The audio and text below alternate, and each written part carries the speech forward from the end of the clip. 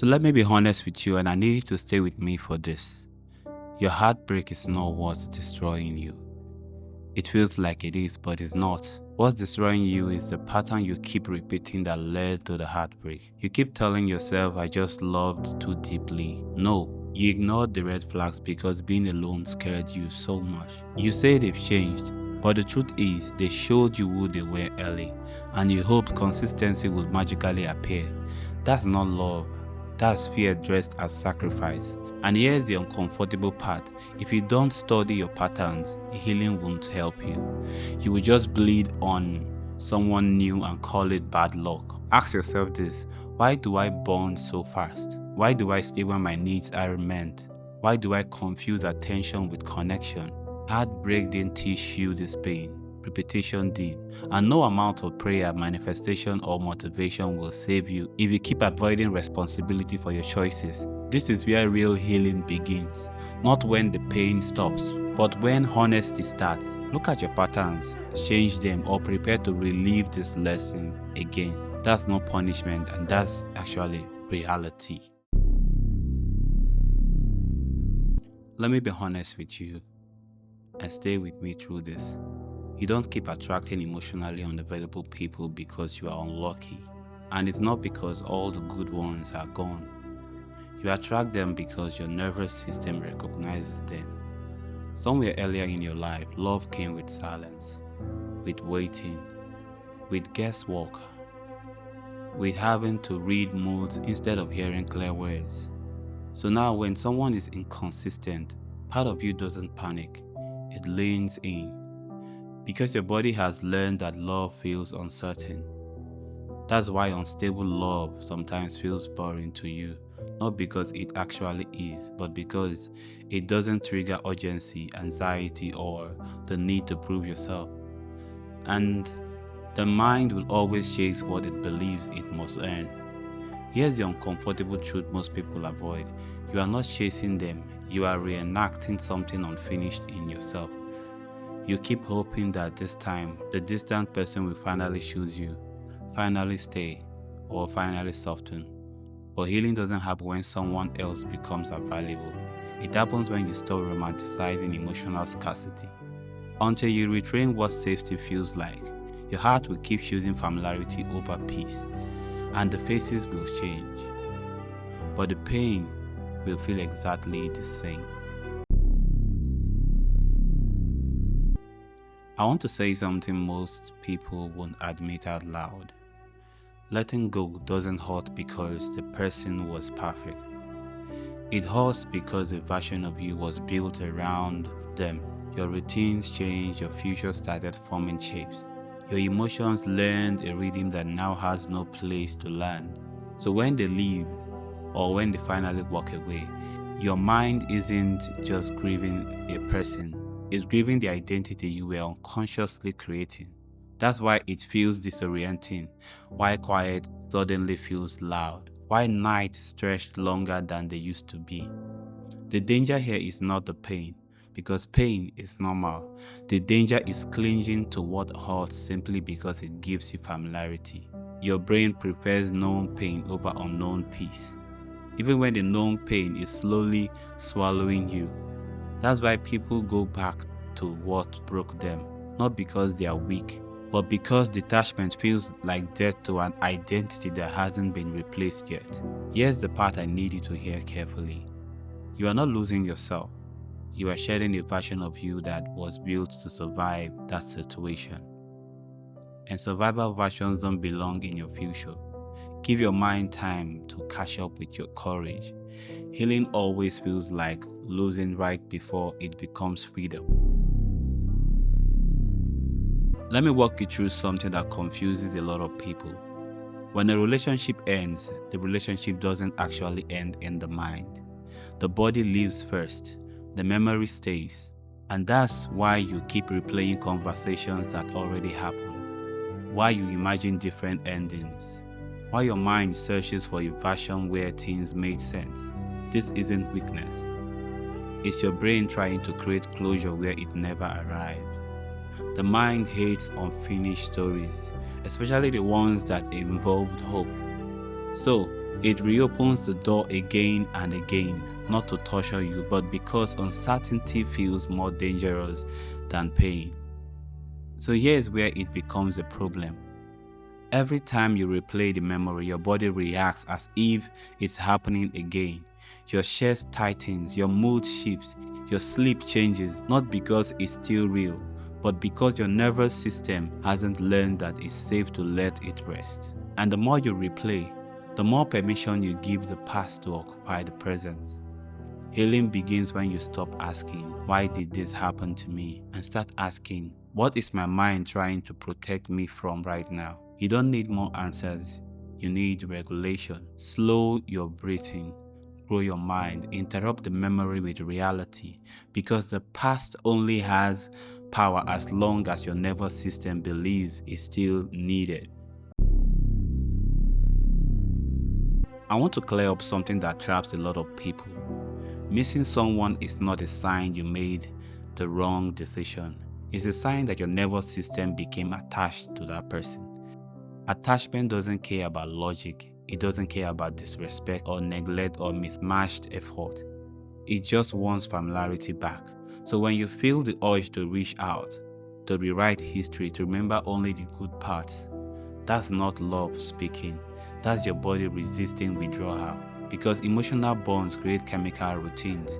Your brain got used to certain voices, certain patterns, certain comforts. And when those disappear, the mind interprets it as a loss, even if the relationship was hurting you. This is why clarity often leaves before peace arrives. And if you don't understand this, you will mistake discomfort for destiny. You will tell yourself, maybe I was too harsh, maybe I should try again. Not because things changed, but because longing hates uncertainty. Here's the grounding truth. Missing someone means something ended, not that it should restart. If you return every time the grief knocks, you train your mind to believe that grief only comes from going backward. Growth requires staying present through the discomfort without betraying the reason you walked away. Healing doesn't come when the craving disappears. It comes when you don't let the craving decide for you. This part confuses people the most, so listen carefully. When your life has been filled with emotional chaos for a long time, your nervous system forgets what calm feels like. So when things finally slow down, when no one is arguing, chasing, explaining, or fixing, your body doesn't feel relief. It feels lost. And you interpret that emptiness as loneliness. But it's not loneliness actually. It's unfamiliar peace. Chaos trains your mind to stay alert, to stay needed, to stay reactive. So silence feels wrong, stillness feels uncomfortable, and calm feels suspicious. That's why some people leave healthy situations to return to emotional storms they already understand. Not because they love suffering, but because the brain confuses intensity with connection. Healing is awkward at first. It doesn't feel warm or cinematic. It feels quiet and almost dull most of the times. And that's where many people panic and self-sabotage. They go back to old habits, old conversations, old wounds, just to feel something familiar again. Here's the truth that takes time to accept. Peace doesn't feel good immediately. It feels neutral. And neutral is where your nervous system learns that it no longer needs to survive, only to live. So don't run from the calm. Sit in it long enough for your body to realize you are safe. That's where real healing begins. Let me explain something you don't often hear said clearly. Your mind doesn't resist change because it's bad. It resists change because it's unfamiliar. Even when your current situation is hurting you, it still provides predictability. And predictability feels safer to the brain than improvement it can't yet imagine. So when opportunities for growth show up, your mind starts whispering excuses. What if this doesn't work? What if I fail? What if I become someone I don't recognize? That fear isn't intuition. It's actually conditioning of your mind. Your brain is wired to protect what it knows, not what's healthiest. That's why people sabotage progress right before it stabilizes. They retreat into old patterns because those patterns come with instructions they already memorized. And here's the difficult truth. growth doesn't feel like confidence at first. It feels unstable, it feels unfamiliar, it feels very lonely. Not because you are doing it wrong, but because the old identity hasn't fully let go.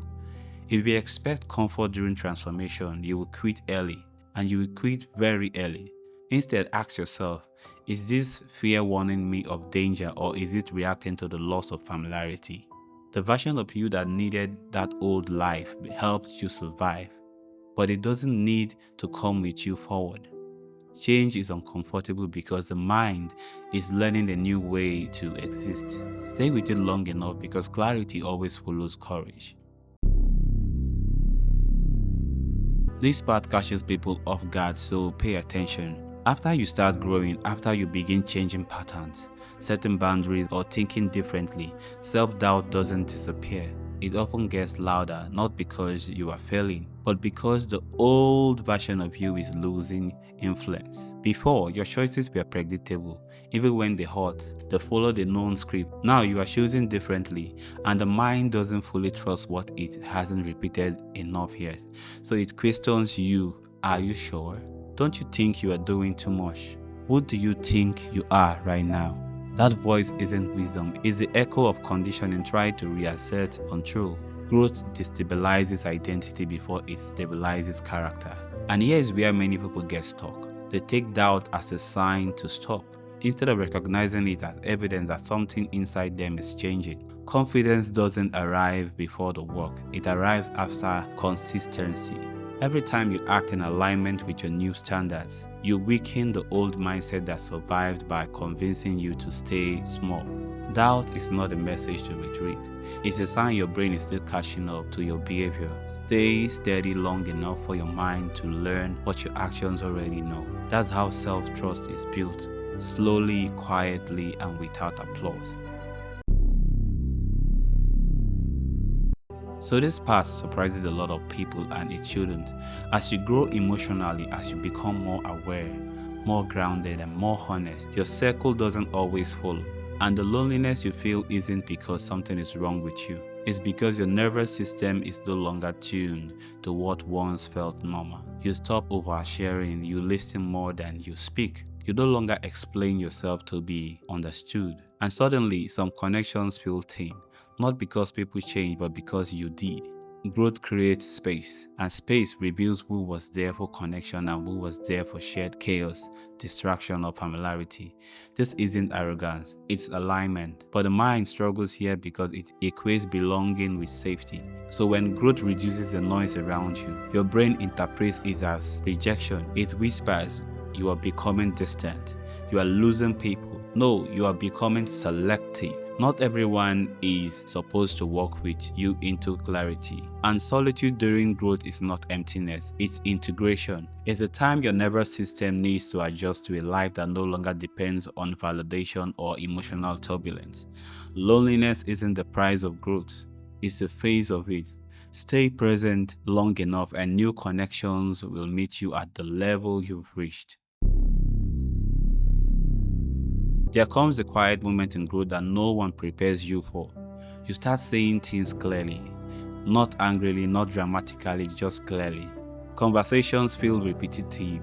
Certain behaviors you once tolerated now feel heavy instead of familiar, and arguments don't even hurt. They just exhaust you. This is what emotional maturity looks like when it outgrows the environment. But here's the conflict. You don't always leave because something bad happened. And the guilt that follows isn't because you were wrong, it's because you are choosing clarity over comfort. Old relationships often rely on unspoken agreement. Who tolerates what, who stays silent, who carries the emotional load. And when one person grows, the entire structure feels threatened. So you are labeled different, cold, too serious now, not because you stopped caring, but because you stopped performing. Here's the truth most people resist. Outgrowing someone doesn't mean you are better than them. It means you are no longer meant to shrink to keep the connection alive. Growth doesn't always end in conflict. Sometimes it ends in quiet distance. And that distance isn't failure. It's respect for yourself and for the season that has ended. Not every relationship is meant to last forever. Some are meant to teach, some are meant to shape, and some are meant to be outgrown.